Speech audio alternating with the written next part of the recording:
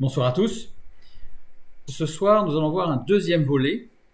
Donc, pour ceux qui repèrent, j'ai pas dit second, j'ai dit deuxième, donc c'est-à-dire qu'il y en a un troisième. Un deuxième volet sur le passage de 2 Samuel chapitre 6, où nous avons déjà vu au premier volet ce qui s'est passé pour Uza. Donc, le deuxième volet va concerner Obed-Edom, qui a réceptionné l'Arche de l'Alliance pendant 3 mois. Et nous aurons donc un troisième volet la semaine prochaine.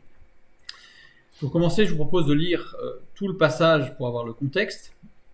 Donc, en ce qui concerne ce qui s'est passé pour Uza, j'ai remis la traduction que nous avons dans nos Bibles pour ne pas rendre les choses un peu compliquées pour ceux qui n'auraient pas suivi. Cependant, juste après, je vais un petit peu détailler ce qui s'est passé.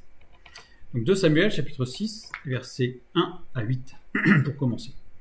David rassembla encore toute l'élite d'Israël au nombre de 30 000 hommes, et David, avec tout le peuple qui était auprès de lui, se mit en marche depuis Baal-et-Juda, pour faire monter de là l'arche de Dieu, devant laquelle est invoqué le nom de l'Éternel des armées qui réside entre les chérubins au-dessus de l'arche. Ils mirent sur un char neuf l'arche de Dieu et l'emportèrent de la maison d'Abinadab sur la colline. Uza et Ajo, fils d'Abinadab, conduisaient le char neuf. Ils l'emportèrent donc de la maison d'Abinadab sur la colline. Uza marchait à côté de l'arche de Dieu et Ajo allait devant l'arche. David et toute la maison d'Israël jouaient devant l'Éternel de toutes sortes d'instruments de bois de cyprès, des harpes, des luths, des tambourins, des sistres et des cymbales. Lorsqu'ils furent arrivés à l'ère de Nakon, Uza étendit la main vers l'arche de Dieu et la saisit, parce que les bœufs la faisaient pencher. La colère de l'Éternel s'enflamma contre Uza, et Dieu le frappa sur place à cause de sa faute. Uza mourut là, près de l'arche de Dieu. David fut irrité de ce que l'Éternel avait frappé Uza d'un tel châtiment, et ce lieu a été appelé jusqu'à ce jour Péretz Uza. Donc tout ce passage, en le résumant pour ceux qui n'auraient pas suivi, et ce soir, et ceux qui écouteront la vidéo, la première partie. Cependant, ceux qui écouteront en replay sur YouTube, je leur conseille fortement de suivre la première partie, parce qu'il y a beaucoup plus de détails. Là, ça va être un résumé extrêmement condensé, où tout n'est pas écrit. Donc, ce passage nous présente un homme, Uza, qui est montré en exemple pour ses capacités naturelles. Ce n'est pas ce qui ressort dans la traduction française, mais en hébreu, c'est très clair. Donc, c'est un homme qui avait de très grandes capacités, intellectuelles, morales, éthiques, tout ce que l'on veut, physiques. Après avoir marché avec Dieu, Uza cherchait des manifestations émotionnelles impressionnantes. Il cherchait quelque chose d'impressionnant, de sensationnel. Donc, et en émoustillant, je dirais, l'émotion, la partie émotionnelle. Uza saisit l'arche avec force pour imposer au char de s'arrêter et aux bœufs de se coucher. C'est ce que nous dit le texte. Parce qu'en fait, les bœufs venaient de chez eux. Ils étaient chez Uza, donc ils venaient de chez eux. Donc les bœufs connaissaient leur maître. Et puis, en saisissant l'arche avec force et en donnant des à-coups, certains à-coups, les bœufs avaient compris qu'il fallait s'arrêter. Voilà, comme d'habitude, comme c'était d'habitude. Et ils se sont couchés. Dieu fit frapper Uza d'une maladie respiratoire par Satan. C'est-à-dire que le texte ici, on nous dit que Dieu le frappa, mais il est au radicalifile, donc c'est-à-dire qu'il le fit frapper par Satan pour l'amener à réaliser son erreur et lui permettre de revenir à Dieu dans l'humilité et la soumission. C'est-à-dire que Uza était sur une mauvaise voie, et donc Dieu est intervenu. Et la notion de colère de Dieu, à chaque fois qu'on la lit, en fait, en réalité, la colère de Dieu, c'est une réaction réfléchie qui est là pour mener la personne qui provoque Dieu par son attitude, pour l'amener à revenir à la raison. Donc c'est ça, on n'est pas du tout dans quelque chose de colérique ou de coléreux, mais on est dans un Dieu qui est aimant, un père, qui voit son enfant qui part sur une mauvaise voie et qui va mettre des choses en place pour que cet enfant soit amené à réaliser ce qui se passe et à prendre position de façon responsable. C'est-à-dire que dans sa responsabilité, Dieu va mettre en place toutes sortes de choses pour que cette réaction soit responsable et puisse se ressaisir. Mais peut-être que cette personne pourra dire « je ne veux pas me ressaisir », mais à ce moment-là, c'est une décision responsable. L'action divine a porté ses fruits puisque Uza revint à Dieu avant de mourir. Donc c'est-à-dire que Dieu a fait frapper Uza d'une maladie respiratoire par Satan. il n'est pas mort sur le coup, c'est-à-dire que contrairement à la traduction, c'est qu'il est mort longtemps après, mais on ne sait pas combien de temps, mais longtemps après, et pas dans des grandes souffrances, mais cette maladie l'a amené jusqu'à la mort, mais que l'objectif de Dieu n'était pas que Uzzah soit en bonne santé, l'objectif de Dieu c'est que Uzzah soit proche de lui et participe à sa gloire. Et ce que Dieu veut pour chacun de nous, c'est que non pas que nous soyons en bonne santé avec une grosse voiture, une grosse maison, une belle famille, etc. Ce que Dieu cherche et propose, c'est de nous faire participants de la nature divine. Et c'est totalement autre chose. Deux façons de voir les événements, ici, qui sont décrits, c'est-à-dire que la parole de Dieu nous donne elle-même le fait qu'il existe deux façons de voir ce qui se passe.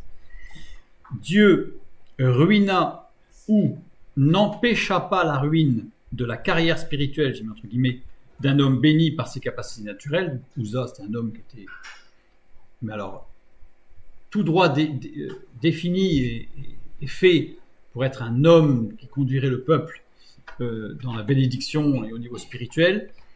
Et là, il est arrêté en pleine course. Et donc, on a une manière de voir, c'est de dire que Dieu a ruiné sa vie ou que Dieu n'a pas empêché que sa vie soit ruinée. Ça, c'est une façon évidemment émotionnelle et humaine de voir les choses.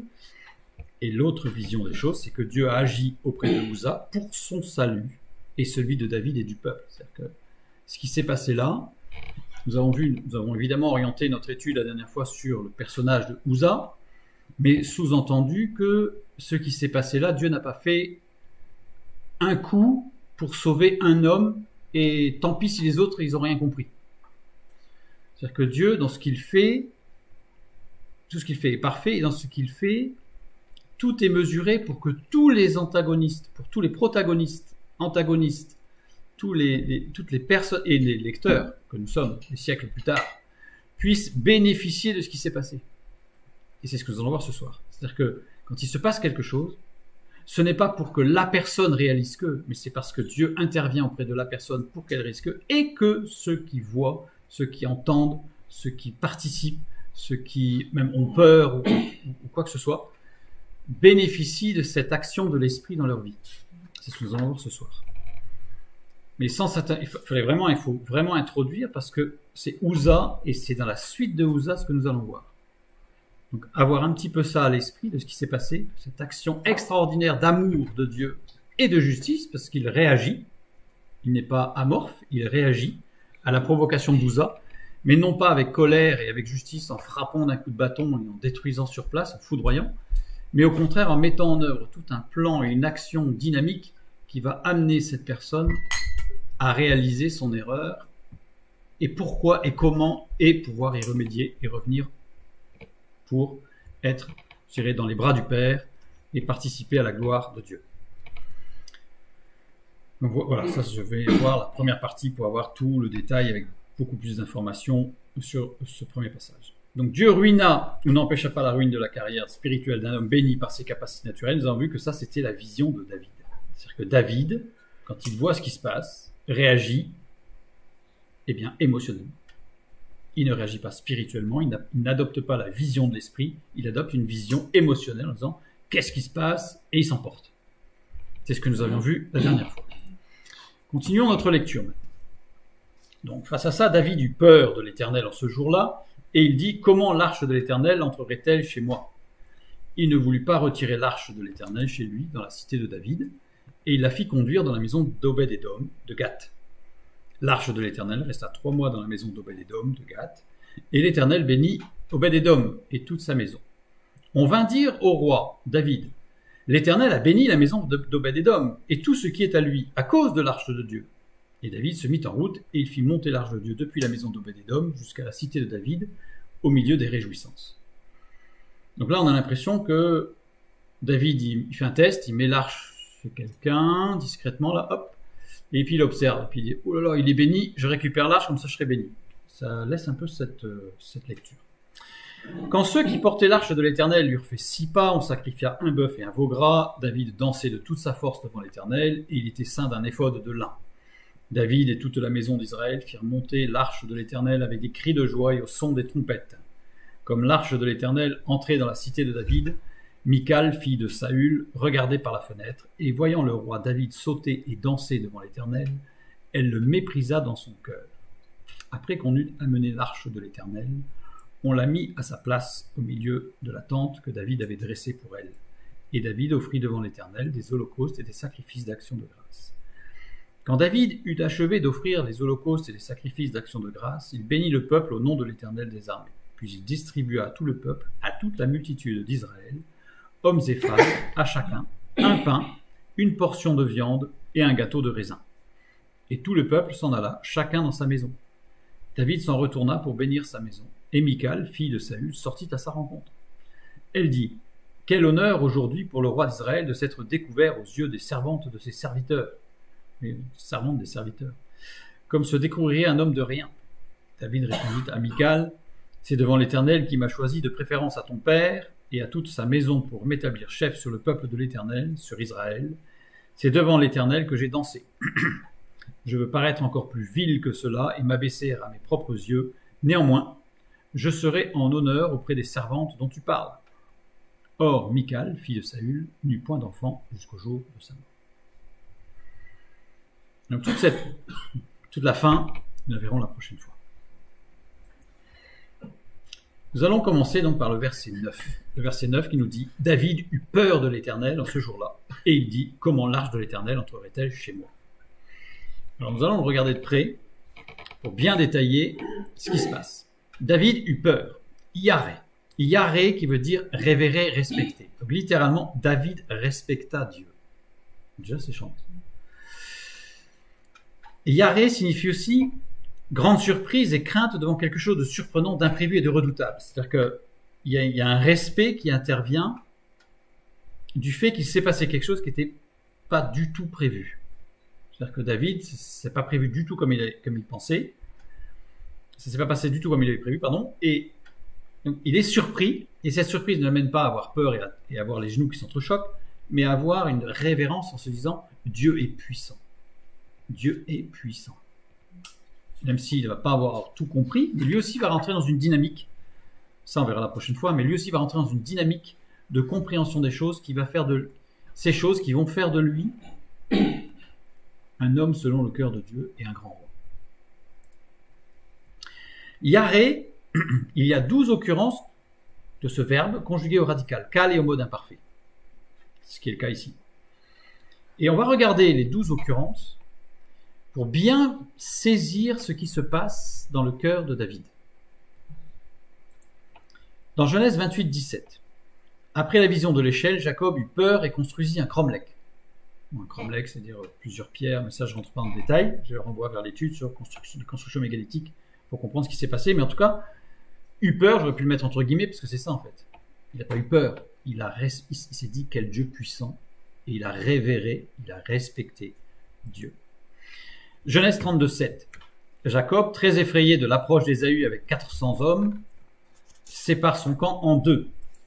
Donc là, je vais voir une révélation de Dieu pour le salut du peuple juif durant la Seconde Guerre mondiale, 1945, pour comprendre exactement ce qui s'est passé, mais voilà. Et on va comprendre pourquoi Jacob eut peur. Jacob a révéré Dieu face à une vision que Dieu lui a donnée et lui a révélé ce qui allait se passer pendant la Seconde Guerre mondiale. Et Jacob a pu intercéder déjà à l'époque pour ce qui allait se passer au peuple juif. Ça, je renvoie vers l'étude pour le voir de plus près. Exode 2, 14. Moïse fuit l'Égypte après que son meurtre soit révélé. Il a peur. 1 Samuel 12, 18. Le peuple demande un nouveau roi et il est saisi d'effroi devant la manifestation de Dieu. Il demande un roi en fait. Et là, c'est Saül qui va être choisi. Et le peuple prend peur parce que Dieu se manifeste dans sa puissance et le peuple prend peur. Il se met à révérer Dieu, à respecter Dieu. Chapitre 18, verset 12. Saül craignait la présence de David car Dieu était avec lui. Et donc il avait peur. C'est-à-dire qu'en fait, dans la présence de David, il n'avait pas peur de David. Saül faisait à peu près, d'après les textes bibliques, on peut considérer que Saül devait faire à peu près 1m80 et David devait faire 1m60, 1m65. Saül était un homme fort et guerrier. Saül était chétif. Bon. 1 Samuel, chapitre 21, verset 13. David, entendant parler le roi philistin de ses exploits passés, il prend peur. Le roi philistin, c'est Akish. On en reparlera tout à l'heure. 1 Samuel 28, 5. Devant la taille du camp philistin, Saül prend peur et consulte l'Éternel. Et consulte l'Éternel. Il est écrasé par la puissance de l'ennemi, sachant qu'il y a des promesses qui disent qu'il y aura la victoire, mais là il se dit, oh, quel Dieu, et il revient à Dieu. 1 Samuel 28, 20. Saül apprend de la bouche de la nécromancienne que Dieu va livrer Israël. Et il a peur. Il respecte Dieu. 1 Chroniques 13, 12, c'est notre texte. Enfin, c'est une reprise de notre texte dans le livre des Chroniques, chapitre 13, texte, une reprise simplifiée, mais qui reprend, je dirais, les grandes lignes de ce que nous allons voir ce soir, d'ailleurs. 2 Chroniques 23. Devant la taille du camp syrien, c'est Josaphat qui prend peur et qui revient à Dieu. Jérémie 26, 21. Le prophète Uri apprend que le roi veut le tuer, il prend peur et fuit en Égypte. Il s'agit toujours d'une action divine qui amène à une réflexion individuelle et collective sur la position de chacun devant Dieu et qui initie un mouvement d'obéissance à Dieu. C'est-à-dire que dans tous ces passages, je vous inviterai à les lire si vous le souhaitez, vous voyez qu'en fait, ce qui se passe, il se passe quelque chose d'inattendu, de surprenant, et qui va conduire les personnes à revenir à Dieu, à consulter l'Éternel, alors que ça faisait un moment qu'on ne le consultait plus. Bref, donc il y a un retour, c'est donc une dynamique qui amène à un retour à consulter Dieu. Et ce qui est intéressant, c'est de voir que dans tous ces passages, il y a une dynamique individuelle qui a des conséquences collectives. C'est-à-dire comme Jacob, c'est individuel, il était tout seul là, et donc il a fait son cromlech, et puis après il a eu la révélation de la Seconde Guerre mondiale, mais tout ça, le cromlech qu'il a construit, c'était pour déjà prévoir le premier temple de Salomon. On l'a déjà vu dans une étude.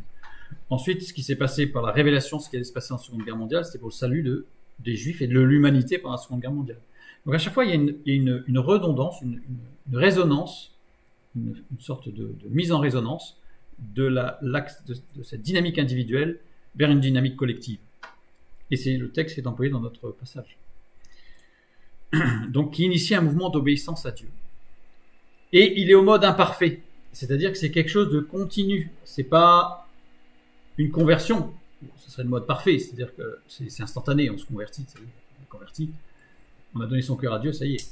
Mais il y a toute une progression, c'est le mode imparfait, donc c'est quelque chose de continu, qui va se répéter, qui va construire. Donc c'est vraiment une dynamique qui s'installe dans le temps. D'ailleurs, c'est pour ça que c'est le mode imparfait. Et David eut peur, là on a l'impression que il est sur le moment, mais non. Le texte nous montre que David se mit à respecter Dieu, et c'est quelque chose qu'il va garder toute sa vie. Tout ça parce qu'il s'est passé pour Uza. Donc Uza, l'objectif, c'était son salut à lui, mais aussi une prise de conscience de David, et aussi une prise de conscience du peuple, dont on en parlera plus la semaine prochaine. Donc quand on prend ce texte, en fait, par ce mot yaré, conjugué au radical kal et au mode imparfait, on voit que David, on pourrait le traduire comme ça, si on voulait être un peu plus précis, et David fut saisi de déférence envers l'Éternel, et commença à considérer la place de l'Éternel dans sa vie. C'est ça, en fait. Le sens profond, il est là, en ce jour-là. Donc c'est à partir de ce jour-là, et David a commencé à considérer véritablement quelle place Dieu avait dans sa vie. C'était juste quelque chose dont on se servait ou pas. Mais c'est une dynamique qui commence. Et on va le voir ce soir. Et en particulier, un tout petit peu ce soir, et en particulier la semaine prochaine pour David. Donc je reprends le texte. Maintenant, on va regarder la fin. Comment l'arche de l'Éternel entrerait-elle chez moi? Alors, le verbe entrer ici, c'est bov.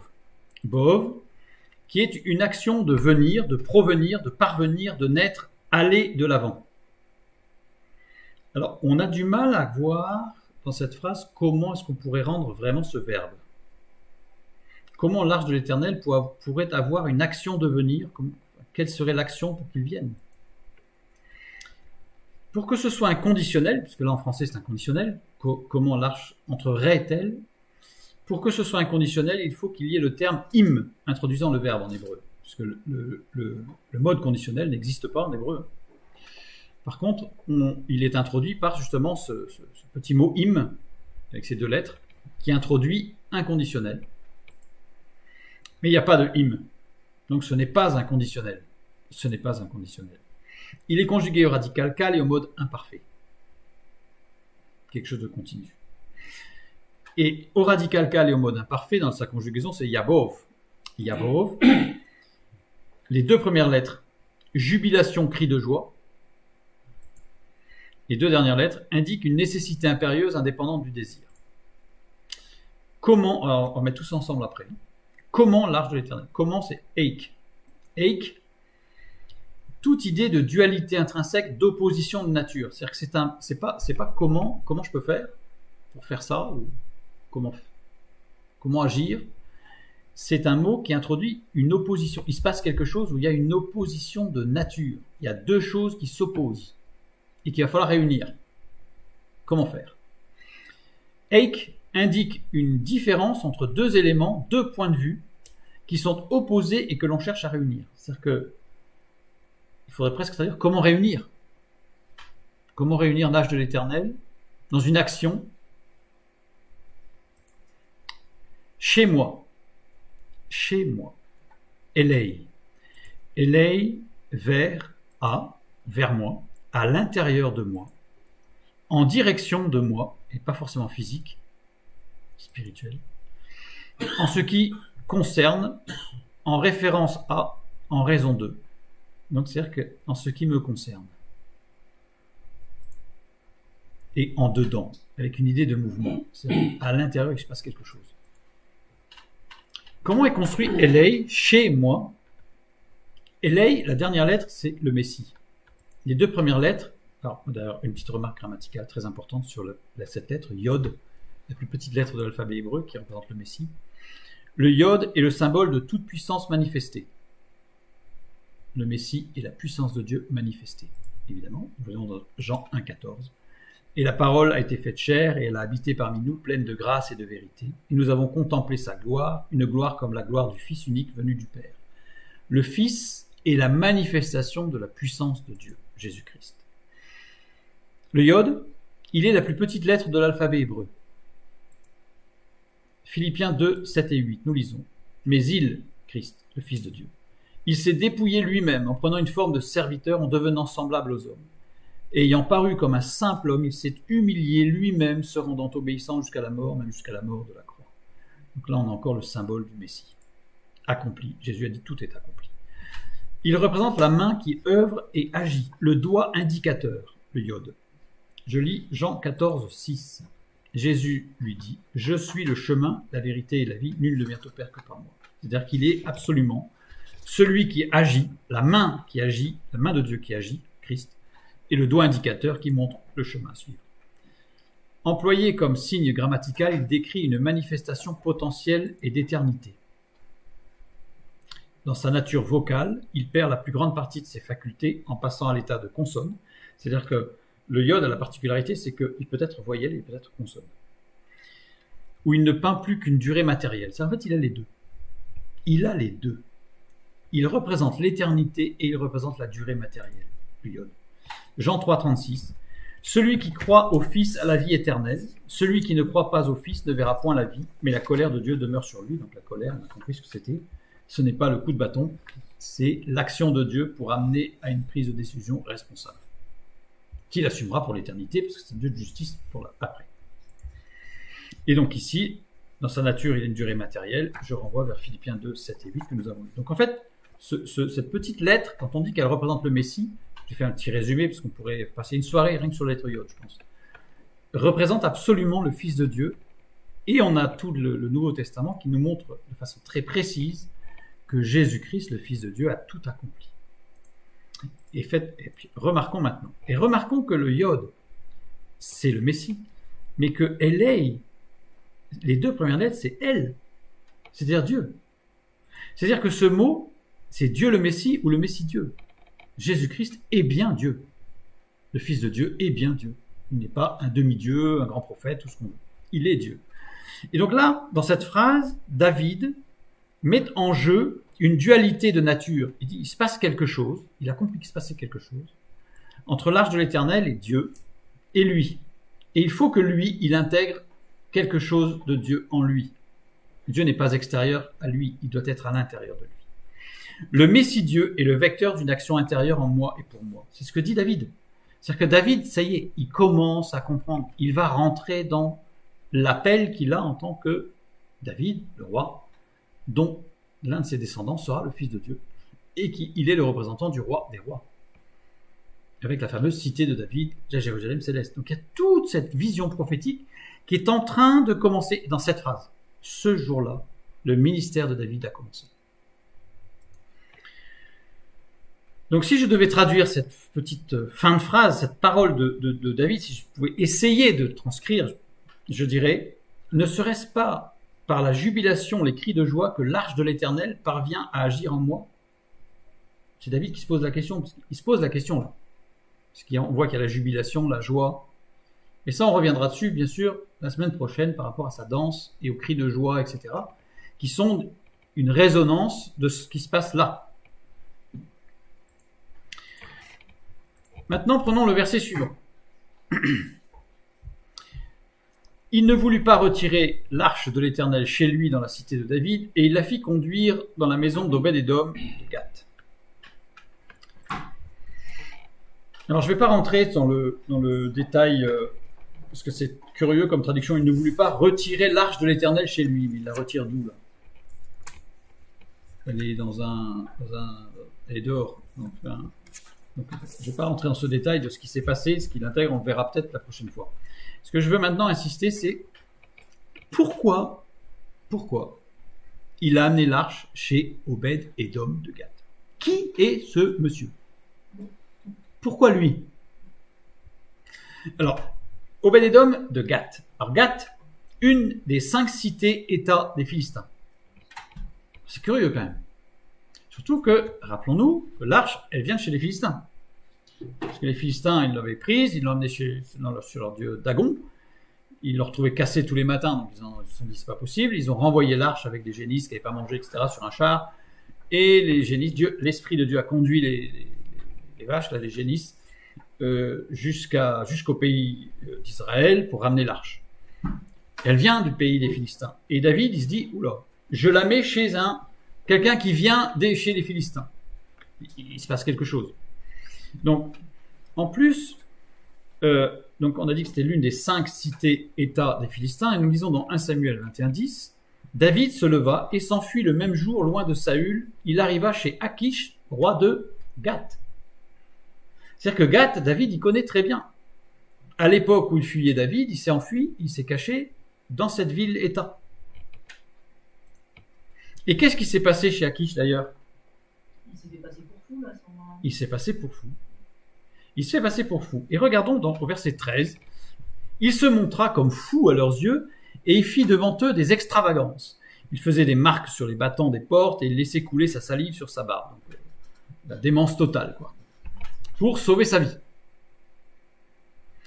Regardons ce texte de plus près parce que ça va être très très intéressant et surtout pour la semaine prochaine. Et on reviendra dessus.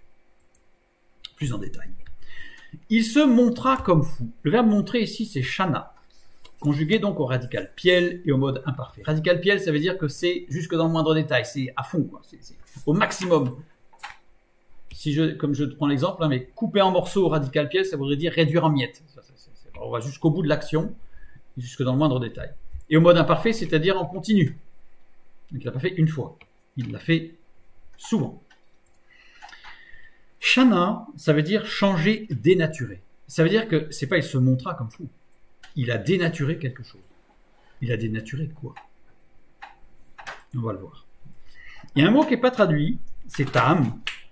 Ta'am, qui tient de la sensualité.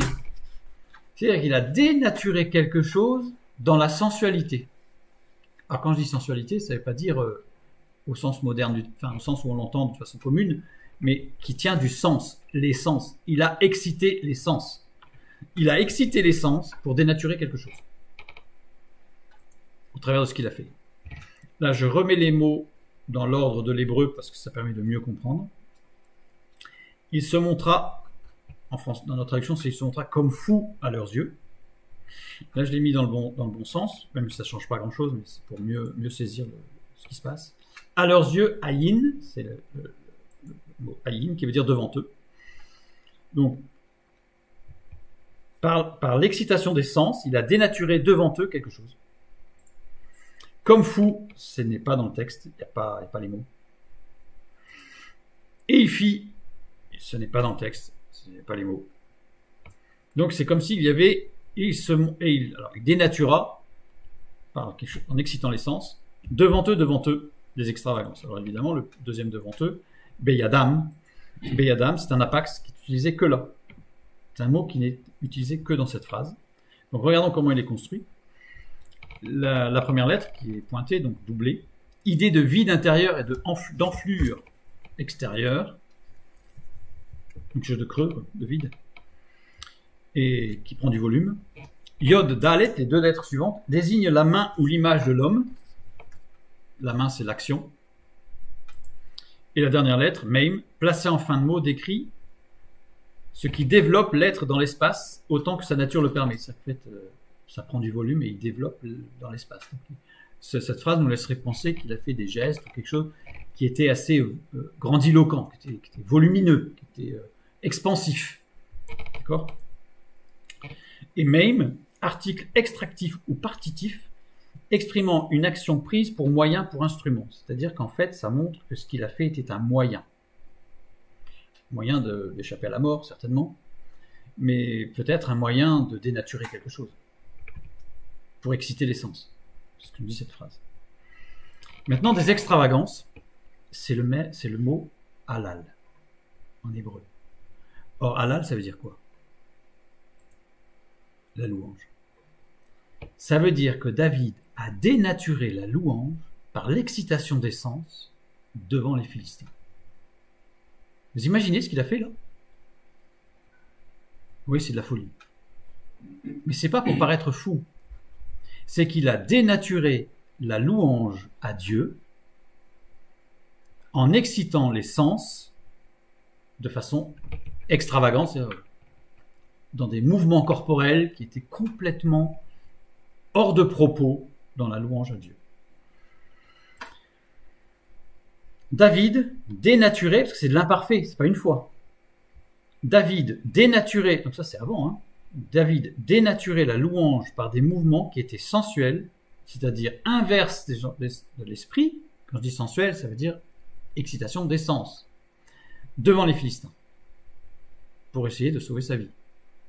Pourquoi ? Parce que dans toutes les cultures anciennes, les gens qui étaient dans des louanges à des dieux, quels que soient les dieux, de façon extravagante, de façon extrêmement volubile, puissante, étaient respectés. On ne les touchait pas. Et là, Dieu a dénaturé sa relation avec Dieu. David a dénaturé sa relation avec Dieu en excitant les sens de façon complètement extravagante. Nous y reviendrons la semaine prochaine quand nous regarderons un peu ce qui s'est passé pour David. Là, je voulais juste mettre un peu le contexte. Pourquoi David a envoyé chez ce monsieur ? Parce que ce monsieur, il venait de là. Et ce monsieur, Obed-Édom, lévite de la famille des Coréites, on voit ça dans 1 Chronique 26, 1 à 8, né à Gath, et il a connu David à l'époque où il se cachait chez les Philistins. Donc ce monsieur connaissait David, connaissait l'extravagance de David à ce moment-là. C'est juste pour planter un petit peu le décor et puis comprendre un peu ce qui va se passer par la suite. Il y avait déjà des choses préliminaires, je dirais. Donc David n'a pas choisi cet homme au hasard. Mais évidemment, nous allons voir que Dieu est puissant et qu'il a tout conduit. 2 Samuel chapitre 6, verset 11, le verset suivant. L'arche de l'Éternel resta 3 mois dans la maison d'Obed-Édom de Gath, et l'Éternel bénit Obed-Édom de toute sa maison. Je ne sais pas si vous avez remarqué, mais en ces 2 versets, comment s'appelait le monsieur chez qui on a mis l'arche ? Si vous n'avez pas réussi à le retenir, c'est que vous ne voulez pas le retenir. Parce que la parole de Dieu insiste. Écoutez bien. Il fit conduire, verset 10, il fit conduire dans la maison d'Obed-Édom de Gath. La phrase qui suit, l'arche de l'Éternel resta 3 mois dans la maison d'Obed-Édom de Gath. On ne sait pas que c'est Obed-Édom de Gath. Hein. Et l'Éternel bénit Obed-Édom et toute sa maison. Ça m'a interpellé, je me suis dit pourquoi répéter autant de fois qu'il s'appelle Obed-Édom et qu'il est de Gath. Donc, il est de Gath, on a compris pourquoi. Il y a une réminiscence de faits passés sur lequel David va s'appuyer. Donc on répète de Gath, parce qu'il faut vraiment, c'est quelque chose d'important. Et on va voir que là, la prochaine fois, on verra pourquoi David a vraiment absolument voulu mettre l'arche chez ce monsieur de Gath. Mais on va voir maintenant que Dieu a conduit toutes choses et qu'en fait David, même dans sa volonté, n'a été qu'un instrument de Dieu pour une action puissante de l'Esprit. Même dans une stratégie intellectuelle de David, c'est Dieu qui était derrière. Nous allons voir maintenant. Parce que si je prends 2 Samuel 6, 10 à 12, vous voyez, j'ai mis en rouge les Obed-Édom et Gath en vert, pour montrer que c'est quand même, en 3 versets, c'est quand même répété pas mal de fois Obed-Édom. Il y a plein de textes, parfois on ne sait même plus qui est le sujet parce qu'on n'a pas répété son nom, voire il n'a pas de nom. Là, Obed-Édom, on sait qu'il s'appelle Obed-Édom. Alors, Obed-Édom, ça s'écrit Obed-Édom, comme ça. Alors, il construit avec 2 mots, Obed-Édom.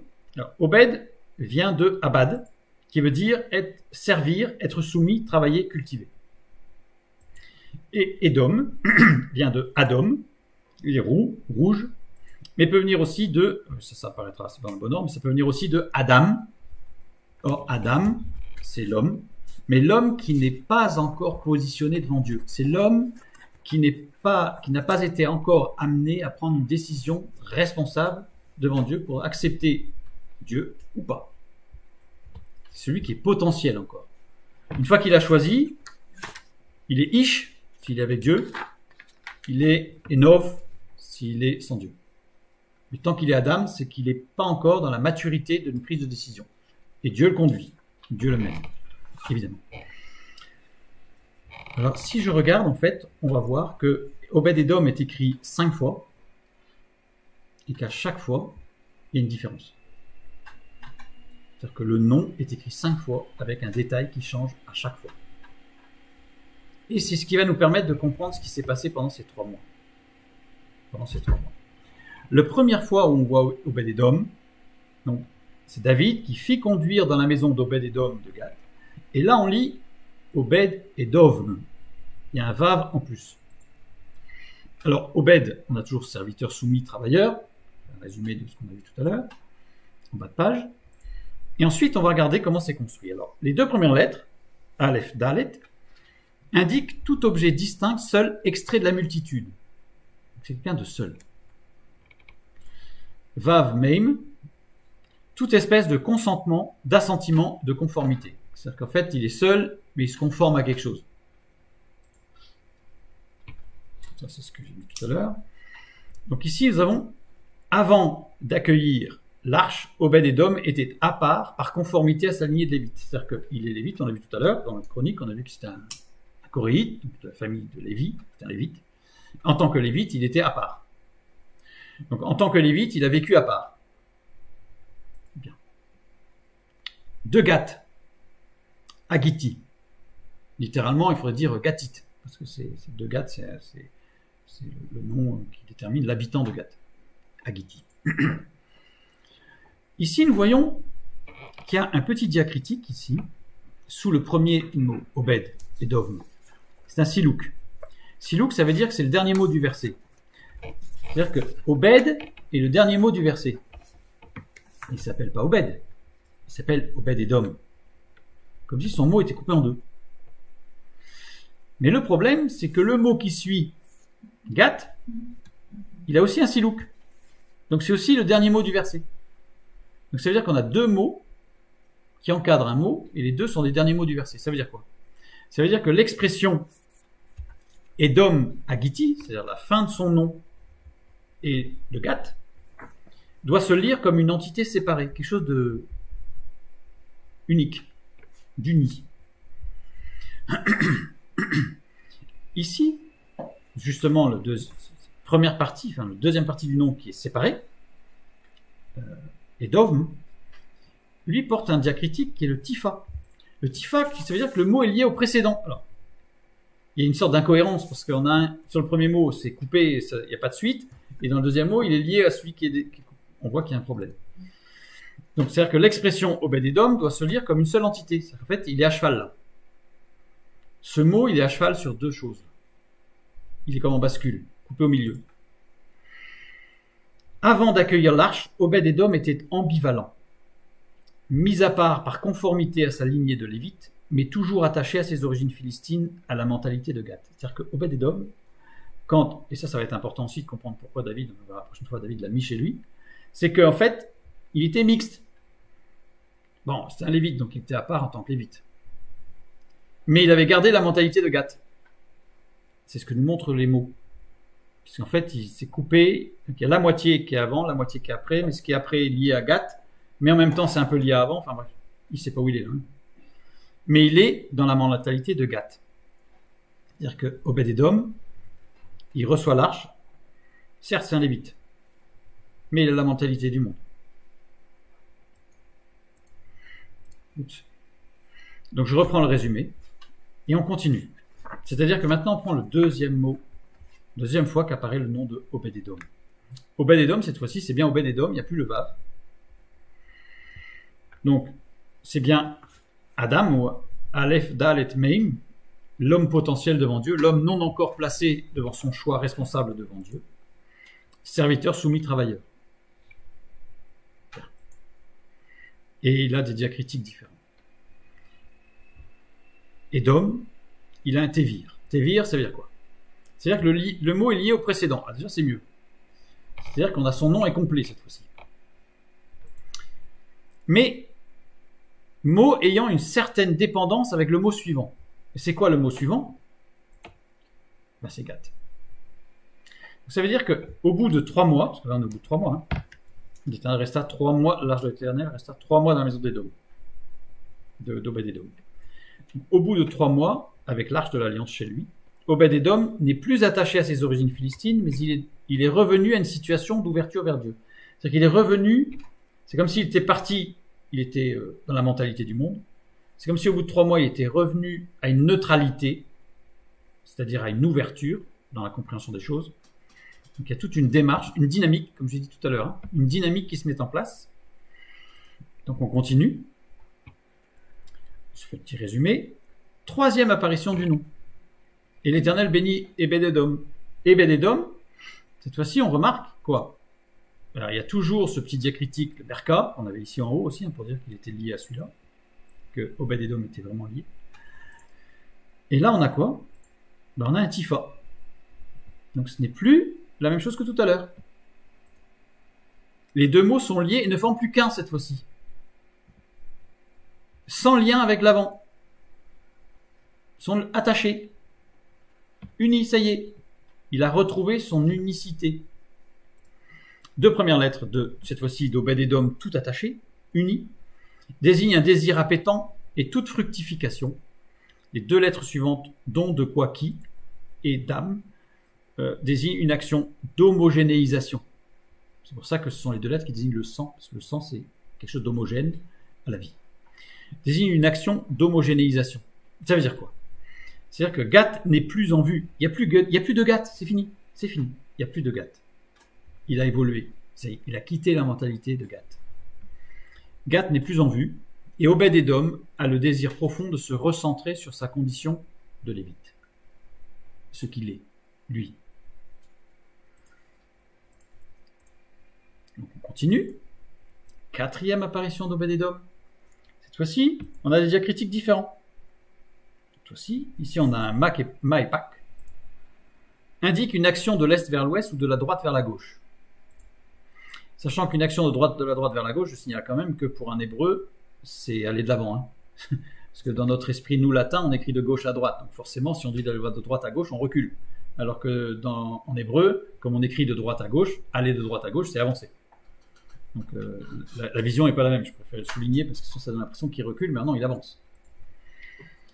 Maïpak, ça veut dire chauffard renversé. Donc si j'écris chauffard renversé, ça veut dire avoir les pieds dans l'eau ou dans la boue.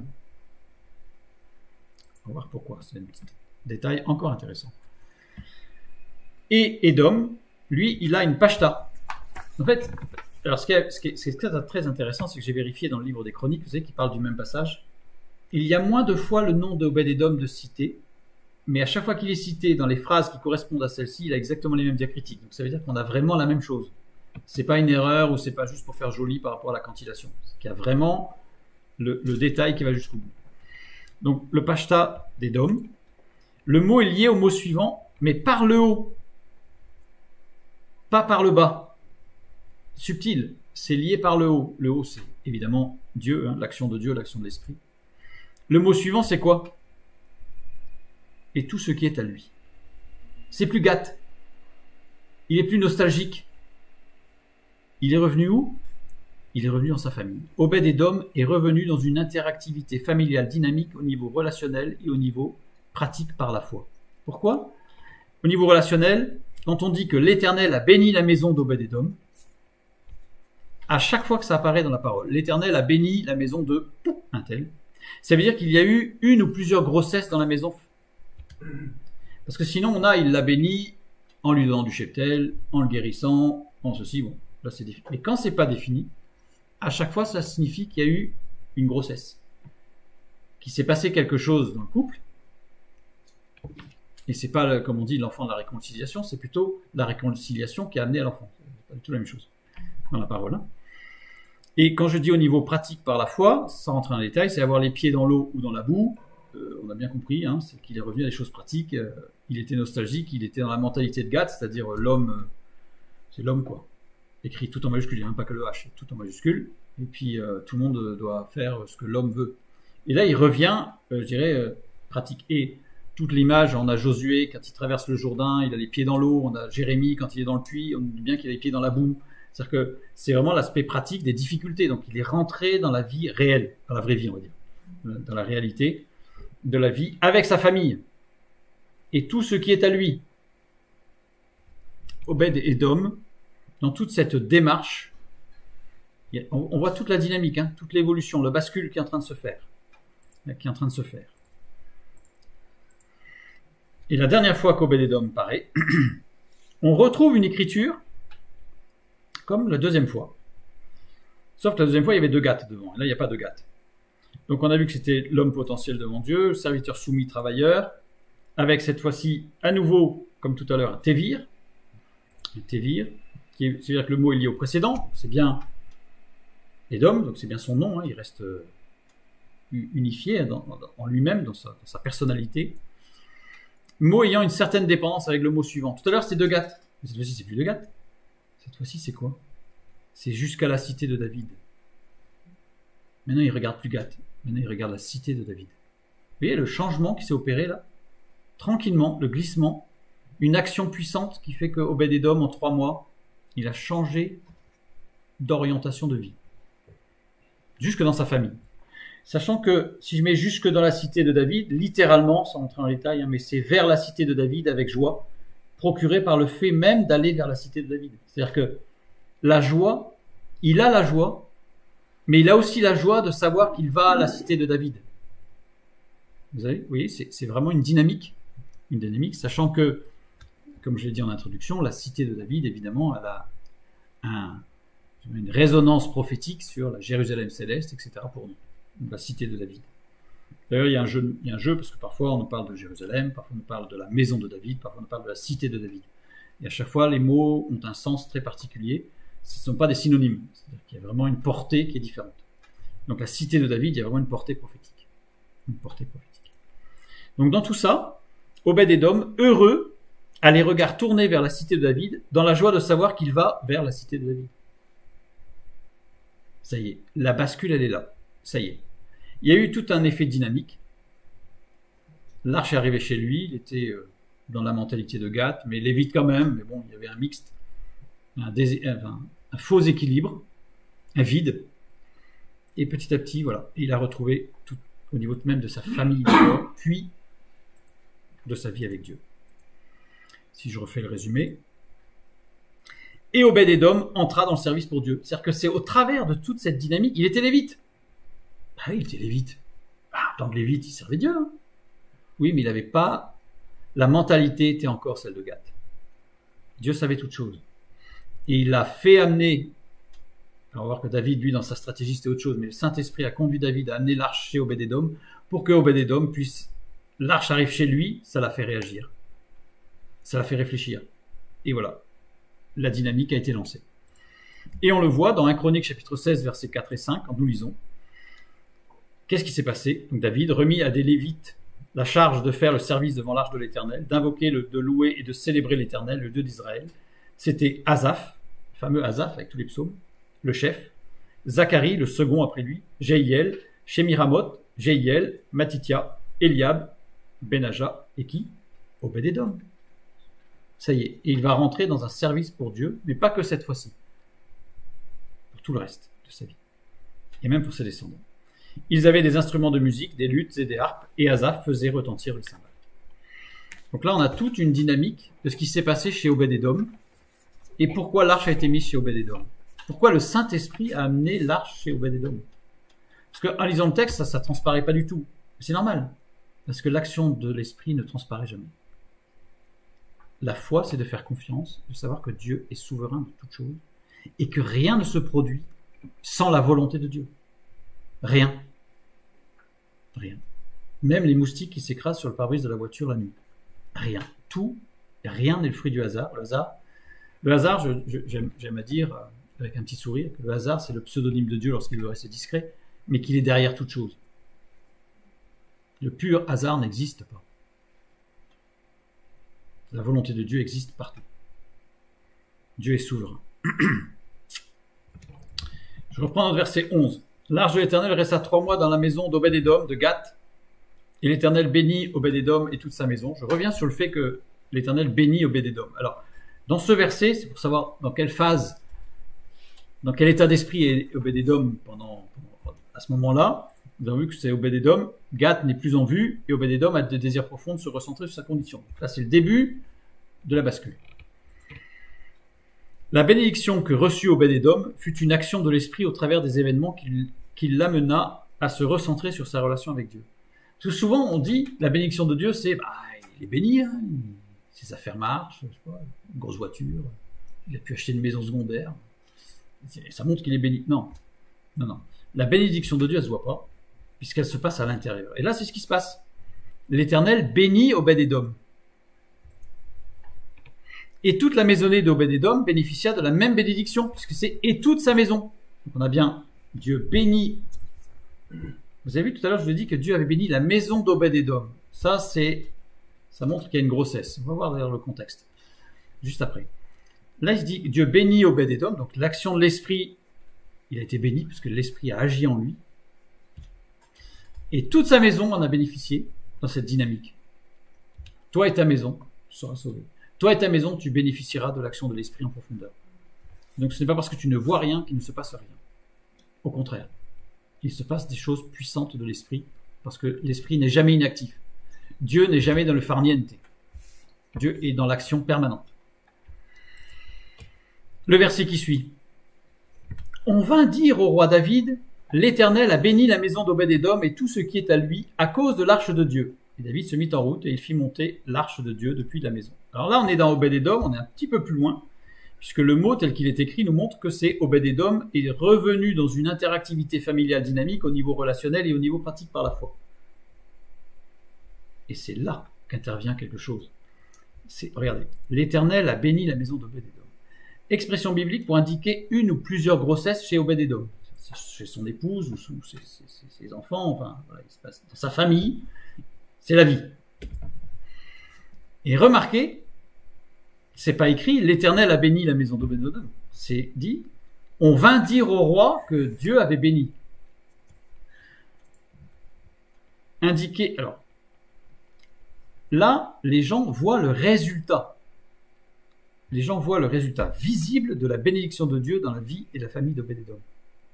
Mais la vraie action, la vraie bénédiction d'Obed-Édom, c'était pas la grossesse de sa femme. C'est une bénédiction, bien sûr. Mais ce n'est pas la bénédiction de Dieu. La bénédiction de Dieu, elle s'est faite avant, dans le cœur d'Obed-Édom. Et là, les gens voient, ils disent, mais oui, regarde, Dieu l'a béni, il a des enfants. Déjà, c'est une vision réductrice. Dieu a béni Obed-Édom, et maintenant, dans sa famille, ça s'épanouit. C'est comme ça qu'il faut voir les choses. Sa famille est en train de s'épanouir parce qu'il a été béni. C'est à l'envers. Et le résultat de l'action de l'esprit, qui commença par Obed-Édom, se constata aussi dans toute la maisonnée d'Obed-Édom, c'est-à-dire chez ses serviteurs et ses servantes, parce qu'il nous dit « et tout ce qui est à lui ». Et tout ce qui est à lui. c'est pas sa maison, ça va plus loin. Il bénit la maison d'Obed-Édom et tous les autres. Ça montre bien que l'action de l'esprit, elle va très très loin. Très très loin. Toi et ta maison, tu seras sauvé. Et plus tard, qu'est-ce qui s'est passé plus tard? Eh bien, nous lisons dans la Chronique 26:8. Tous ceux-là étaient des fils d'Obed-Édom. Eux, leurs fils et leurs frères étaient des hommes pleins de vigueur et de force pour le service. 62 d'Obed-Édom. Tous pour le service de Dieu. Vous imaginez la bénédiction? On est parti d'un stade où il était, comme on dit, mi-figue, mi-raisin. Ouais, enfin, je suis lévite, c'est pas mal. Pas mal. Je suis comme à part, hein, pour Dieu. Mais avec une mentalité du monde. Et toute cette dynamique par Uza, qui a été aussi une action pour Uza. Mais au travers de ce qui s'est passé, eh bien Obed-Édom et toute sa famille, ses serviteurs, ses servants, tous ont reçu l'action de l'esprit par par cet événement qui paraît complètement isolé, hasardeux, curieux, né d'une volonté bizarre d'un homme, Uza. Non. Dieu a conduit toute chose. Toute chose a été conduite pour que Uza reçoive la bénédiction de Dieu, pour que Obed-Édom et sa famille reçoivent la bénédiction de Dieu. Et nous verrons la prochaine fois que David aussi va bénéficier de cette dynamique. On l'a vu déjà dans les premiers mots qu'on a. Il y a une dynamique qui s'est mise en place. Et on va voir la prochaine fois jusqu'où elle va aller, cette dynamique.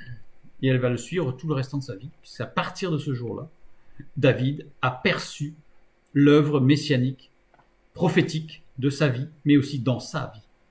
Donc, et remarquez bien cette dynamique, ce qui s'est passé avec Obed-Édom, d'accord? Obed-Édom qui avait une mentalité de Gath, qui a évolué par l'action de l'esprit, qui s'est rapproché de sa famille. On a vu les résultats, puisqu'il y a eu des réconciliations, assurément. S'il est rentré dans la vie pratique familiale, ça aboutit à une réunification de la famille, à la vie dans la famille, puisqu'il y a eu des grossesses, des enfants, une vie dynamique, familiale, pour le service pour Dieu, tout se met en place. Mais petit détail important, David, lui, roi d'Israël, n'avait pas d'enfant. Et c'est là le petit virage pour David. C'est que là, on vient lui dire, hé David, regarde, ils ont l'arche et ils ont des enfants. Si toi, tu prends l'arche, tu vas avoir des enfants. Et je vous inviterai pour la semaine prochaine à lire l'autre phrase, et vous verrez qu'est-ce qu'il est écrit. Juste après, il est dit, il alla vers Milcal pour la bénir. Qu'est-ce qu'il avait envie de faire, là, David? D'avoir des enfants. Il n'avait pas envie de Milcal. On verra. Il avait envie d'avoir des enfants. Parce qu'un roi sans enfants, c'est un peu la honte. Il faut un digne descendant, et pour l'instant, il n'en avait pas. Donc on va voir ce qui va se passer. Mais c'est l'élément déclencheur, ça. Qui fait que David se dit, oh là, il faut que je prenne l'arche parce que j'ai besoin d'avoir des enfants. Il n'y a pas besoin de Dieu dans sa vie pour l'instant, David. Il a compris des choses, mais il est dans cette dynamique, il n'a pas encore. Mais tout ça, c'est Dieu qui suscite. Pourquoi? Parce qu'il va l'amener à réaliser des tas de choses, à comprendre des choses, qui vont avoir une répercussion dans sa vie tout entière, dans sa famille tout entière, chez Milcal, mais ça on verra la prochaine fois. Ça on verra la prochaine fois. Nous avons un Dieu puissant, nous avons un Dieu aimant, nous avons un Dieu juste, qui n'est pas ni colérique ni coléreux, contrairement à ce qu'a voulu nous laisser entendre les traductions. Nous avons un Dieu qui est au contraire extrêmement juste, droit, mais qui agit auprès de chacun, dans toutes les circonstances de notre vie, y compris quand notre lacet de chaussure a fait un double nœud et que ça nous agace. Dieu agit en permanence en tout, pour tous, et dans une interaction fraternelle de tous. Donc, nous sommes tous utiles les uns aux autres, et Dieu est celui qui agit en chacun, au travers de chacun, pour l'édification